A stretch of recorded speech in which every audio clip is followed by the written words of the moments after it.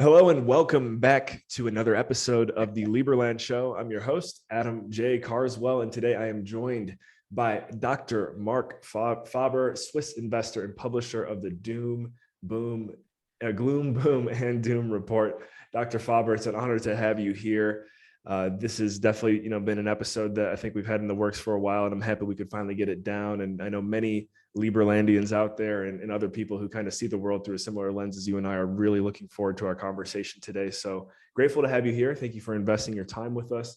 And let's kick it off.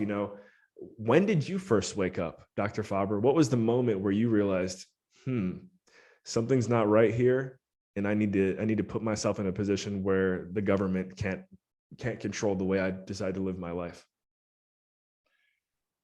Well, I think when I went to school in the 50s and until the middle 60s, I had a favorable opinion of the Swiss government because I was born in Switzerland and I grew up in Geneva and Zurich. But when I studied, and especially after my studies, and especially when I was ski racing and went frequently to Eastern Europe, I saw that through communism and socialism, you impoverish the population and you take the private initiative away and you depress people because of the complete lack of freedom of choice. So at that time, I kind of started to have my second thoughts about governments and whether governments represented individuals and so forth.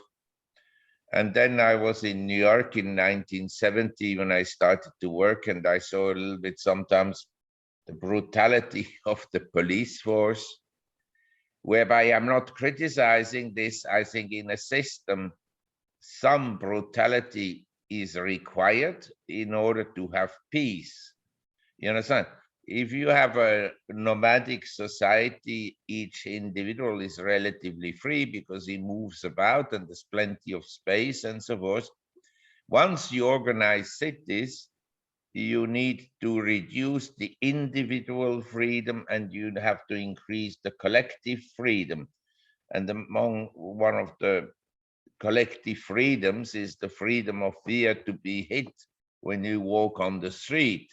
So you need some form of discipline, which unfortunately in some Western democracies has disappeared. But in general, being involved in economics and in financial markets, the first time I really saw government intervention was the bailout of LTCM in America. And I thought this is now something really bizarre that they would go and bail out a hedge fund and claim that if they hadn't bailed out the hedge fund, the financial system would have gone down. For me, this was kind of a signal that there was heavy intervention or manipulation in the financial markets, whereby, if I look at all the former Fed chairmen since Paul Volcker, then Mr. Greenspan was actually a relatively good Fed chairman, you understand, in the sense that he increased the Fed fund rate at the beginning of year 2000 to 6.5%. And then going into the housing crisis, the Fed fund rate rose again to 5.25%. So in a way, he was too slow to increase interest rates, but nonetheless, he increased them. And everybody laughs today about Arthur Burns in the 70s. But I'd just like to say that by the beginning of 73, they had at the time the prime rate. It was at over 12%. And here you have these clowns at the Federal Reserve, these completely incompetent individuals And for me, this is a tragedy that democracy has produced the worst type of bureaucracy you can imagine. Has nothing to do with meritocracy and everything to do with connection and political maneuvering and so forth and so on. And the worst performing people are shot to the top, but they're Yes, really the worst.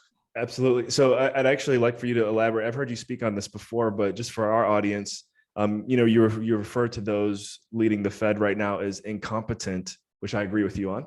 But could you kind of share what qualifies them as incompetent in your eyes? Yes, I want to tell you very clearly why I think they're so incompetent. When Milton Friedman had his, I think it was his 90th birthday, it was in the 1990s or early 2000s, Bernanke gave a speech. I'm just going to write about this. And he said, well, we're not going to do the same mistake as in the Great Depression, that the money supply fell at the time by 30%. The Great Depression was caused by many different factors, not just the collapse in money supply. Anyway, but he was a believer in Milton Friedman to some extent, as is Yellen. But if you read Milton Friedman, and I've just spent some time listening again to all his speeches in the 70s and early 80s, his argument was the Fed will not do the same mistake as they did in the 1930s, because they know now that the money supply shouldn't collapse, but they'll make another mistake. That for sure. That's what was his prediction.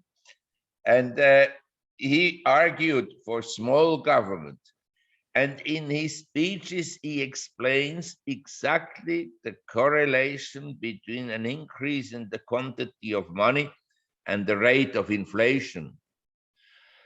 But these people at the Fed, they read Milton Friedman, they read his monetary history of the US and so forth, but for some reason, they didn't follow up and just keep on printing money. And Anna Schwartz, Schwartz, who wrote the history, the monetary history of the US with Milton Friedman, she published an article in 2011 or 2012 in Time magazine and said, one should not re-elect Mr. Bernanke because of these money printing, and Mr. Friedman, who was by then already dead, would never approve of it, would never approve of it. Both Bernanke and Yellen are completely incompetent people that should never be at the Fed. But I can say one thing, they're not as incompetent as Miss Lagarde at the ECB. That is the problem. All these idiots, they support each other. You understand? They actually want an even greater fool somewhere else so they can say, well, look, compare us to the ECB, we're much better. Or to Kuroda in Japan, we're much better. I totally agree. And one thing that but you go to universities. Anyone who has a free mind in a university and says, good morning, Mr. So-and-so, and good afternoon, Miss so-and-so and Mrs., he risks to be kicked out. Because the world has gone mad, insane, dominated by some lunatics, a minority. How many LGBT people there are? This is a small minority, but they dominate the majority. They need now special toilets everywhere. They need special what?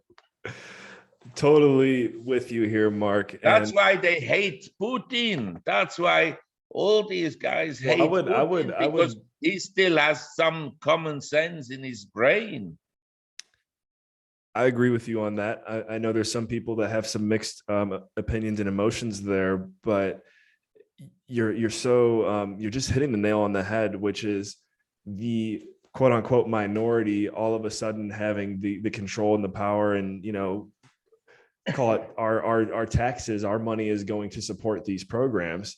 It's really messed up. And the bright side of things that I see here is that it seems as though the Fed and some of these controllers of the world, it's almost as though they have lost control. And there's individuals like you and us here on the Lieberland show, and the group of gentlemen that I mentioned I meet with on Mondays, that are kind of uncovering, what now actually is a time where the truth can really flourish. And so I guess tell us your thoughts there. Do you think that this is quote unquote the end of the Fed? Are they going to stick around? Are we getting ready for a major transition right here? No, I think they'll stick around for a variety of reasons. They'll probably change the financial system one day. And as you know, we have this WEF, the World Economic Forum. I'm a Swiss. For me, it's an insult that such an undemocratic organization hosts its meeting in Switzerland. I'm actually thinking of starting a referendum in Switzerland to no longer allow them to have this meeting in Switzerland. But to do that, I would have to have the support of the socialists, who are also not friendly towards the WEF, as you can imagine, because they're mostly rich and influential people. But I don't want to associate myself with the socialists, so I would have to do it alone. And then immediately the right-wing party, with which I'm more friendly, they would object because, of course, some of them belong to this WEF and they have their business connections and so forth. And the corporate world in Switzerland, the large multinationals, they're also related and so forth. So it would be quite a costly exercise. But basically, if you look at what the WEF wants and what people like Hariri and Schwab and Soros tell you, this is an aristocracy that wants to dominate the world. Has nothing to do with liberties. Ideally, they would put into every person in the world a vaccine to dumb him down. I mean, people today, they don't read, but if they would read, they can go on YouTube. All these speeches are on YouTube. Look at the speeches that Huxley gave about, the way the world would become. He wrote the Brave New World book. Mm-hmm. And he highlighted all the dangers that we are not now subjected to. It's actually funny that there were such great thinkers already in the 19th and even 18th century. Or even if you look at Machiavelli, he identified the problem exactly the way it is, that whatever state there will be, it will be corrupted by some evil people. Absolutely. So one thing you mentioned earlier there, and this is really just for my own personal curiosity, because I feel as though what we're seeing in the world right now between Russia and Ukraine, and who knows what story the powers that be decide to kind of stir up next. But I definitely think there's a significant amount of knowledge and insight tied to that quote unquote war that we are not up to date on. And as you mentioned, maybe if people would just read a little bit more or find the sources of information that are providing the truth. Just kind of, could you elaborate for me how you're perceiving this, we'll call it a war, what's really going on here? Well, I can tell you very precisely. You just have to listen to the speech of George Soros in Davos a few weeks ago. He says, Putin has to be taken out. Soros hates Putin and Xi Jinping and Modi of India because these are people who have some nationalism. And they are also the people that don't want Soros's open society to disturb their elections. The open society tried to finance and embarrass China with the demonstrations in Hong Kong, all openly known. This was not a revolution, a demonstration in Hong Kong organized by the students of Hong Kong. Never. Outsider came in, financed them, gave them the incentive, and even let these idiots who know nothing and said they were invited to Congress in America and spoke, I am prepared to die for Hong Kong, for the freedom of Hong Kong. The Hong Kong people, I want to tell you because I lived there since 73. They had a choice in 97 to either be free, independent, or belong to China or belong to England. They had polls, surveys organized by newspapers. 80% wanted to be part of China. They didn't want to be part of England anymore. And they didn't want to be a sovereign nation because they knew if we are a sovereign nation, maybe we have to do some military service. Hong Kong people are very selfish. It's good. It's good to be selfish. That's the free market. And Hong Kong was thriving, but the demonstrations led then. I mean, do you think China, a country with 1.3 billion people, will give up a small spot to some foreign institutions that want to embarrass China? They hadn't got a chance in a million years. But then the Chinese reacted, securities laws that are very tight. But then Soros at his speech says, our open society was so successful, we brought democracy to so many countries, including Ukraine. What democracy is there in Ukraine? The opposition parties were eliminated by Zelensky. But the media in the Western world is so brain damaged, or they don't want to tell the truth. That is also a possibility. I just written a report about this. This is an old thing, that the journalists are in the service of wealthy people and of interest groups and so forth. That nobody is talking about. They send them weapons. I can tell you what the Ukrainians do with the weapons they receive. Half of them are immediately sold to some organizations wherever in the world. Half, at least. Isn't it interesting how now all of a sudden the Western world almost supports civilians carrying arms in this situation? All of a sudden it's okay to have a gun if you're in that area, but if you're in America, if you're in Europe, if you're in Canada, you're not allowed to have your own arms. But this time it's okay. You will see how the Europeans within 6 months or a year will regret to have so many Ukrainian refugees.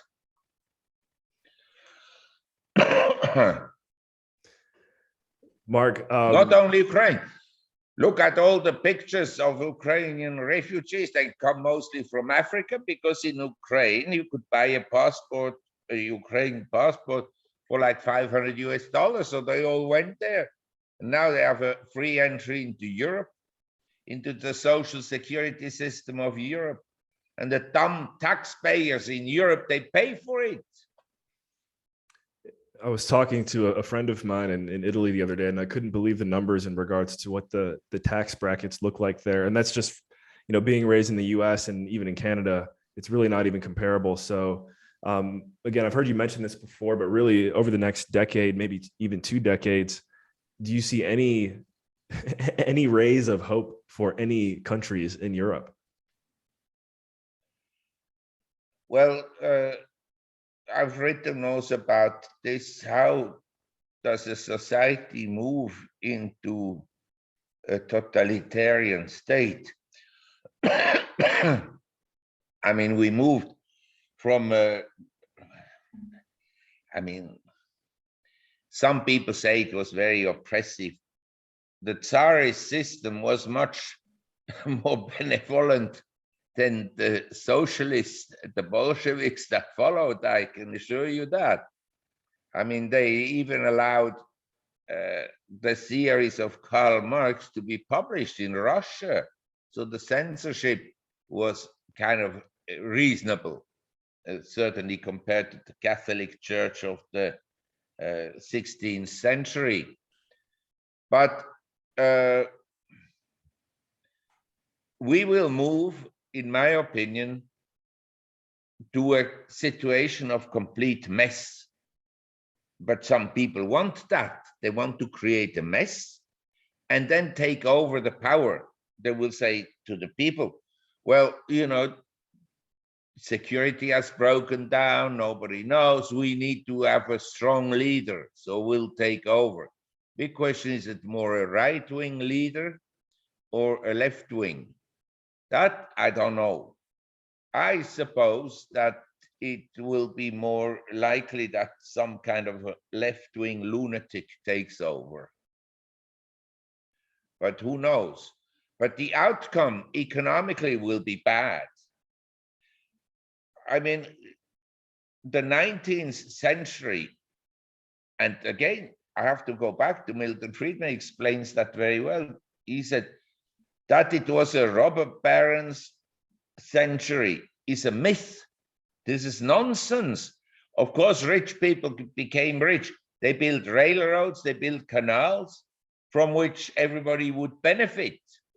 Now we have, he pointed that out in the late 70s. So, I mean, more than 40 years ago. Says now we have a robber baron environment where the robber barons, they don't do things that benefit the people. They do things that benefit themselves. And the bureaucracy, that is the problem. You understand? There's one thing, in a free market, in a capitalistic economy, there are some people who become rich. They build a factory, they invest money in railroads and so forth. It is a benefit for everybody.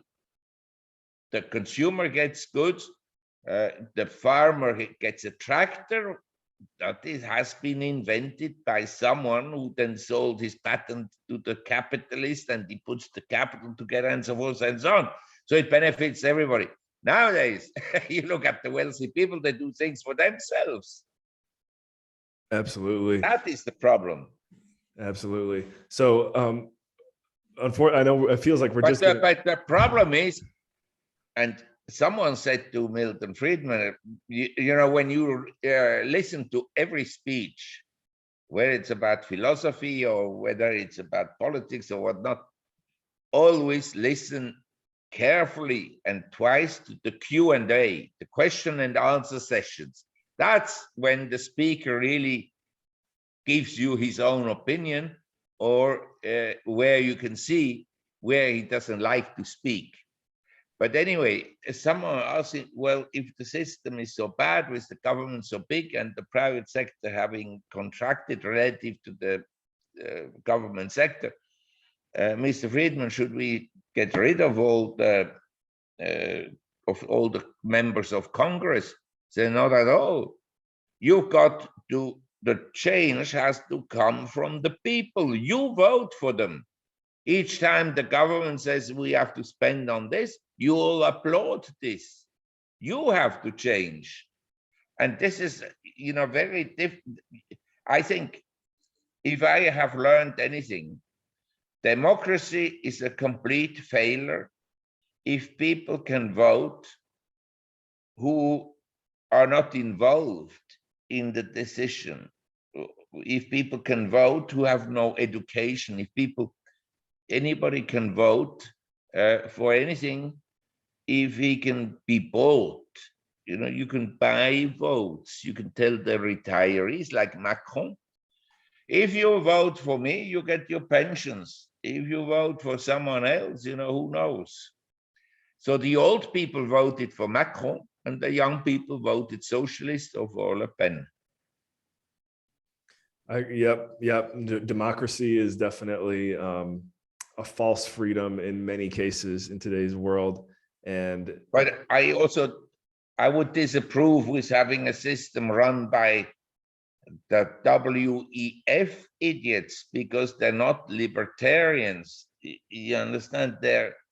You look at Trudeau, he's democratically elected and he's the worst dictator. The worst, because he's so stupid. Other dictators, in order to become dictators, had to murder a few people. So they had to be smart. Well, I think he takes after his father. Nero in Rome were much smarter than this Trudeau. Yeah, so you think they had a better lifestyle. They knew how to celebrate.